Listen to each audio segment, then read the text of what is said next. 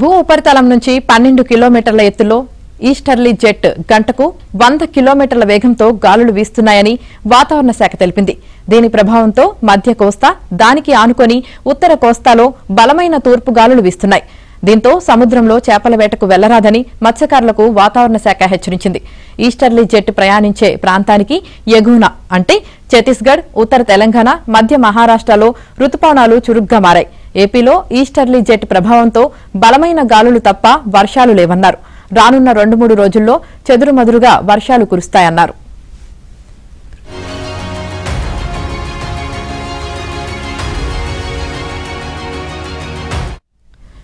ఇక తెలంగాణలో నేడు రేపు కొన్ని జిల్లాల్లో భారీ నుంచి అతి భారీ వర్షాలు అక్కడక్కడ కురిసే అవకాశం ఉందని హైదరాబాద్ వాతావరణ కేంద్రం హెచ్చరించింది. ఆదిలాబాద్, ఆసిఫాబాద్, మంచిర్యాల, నిర్మల్, నిజామాబాద్ జిల్లాలకు ఆరెంజ్ అలర్ట్ జారీ చేసింది. మిగిలిన జిల్లాల్లో ఈదురుగాలులతో కూడిన వర్షాలు అక్కడక్కడ కురిసే అవకాశం ఉన్నట్లు తెలిపింది.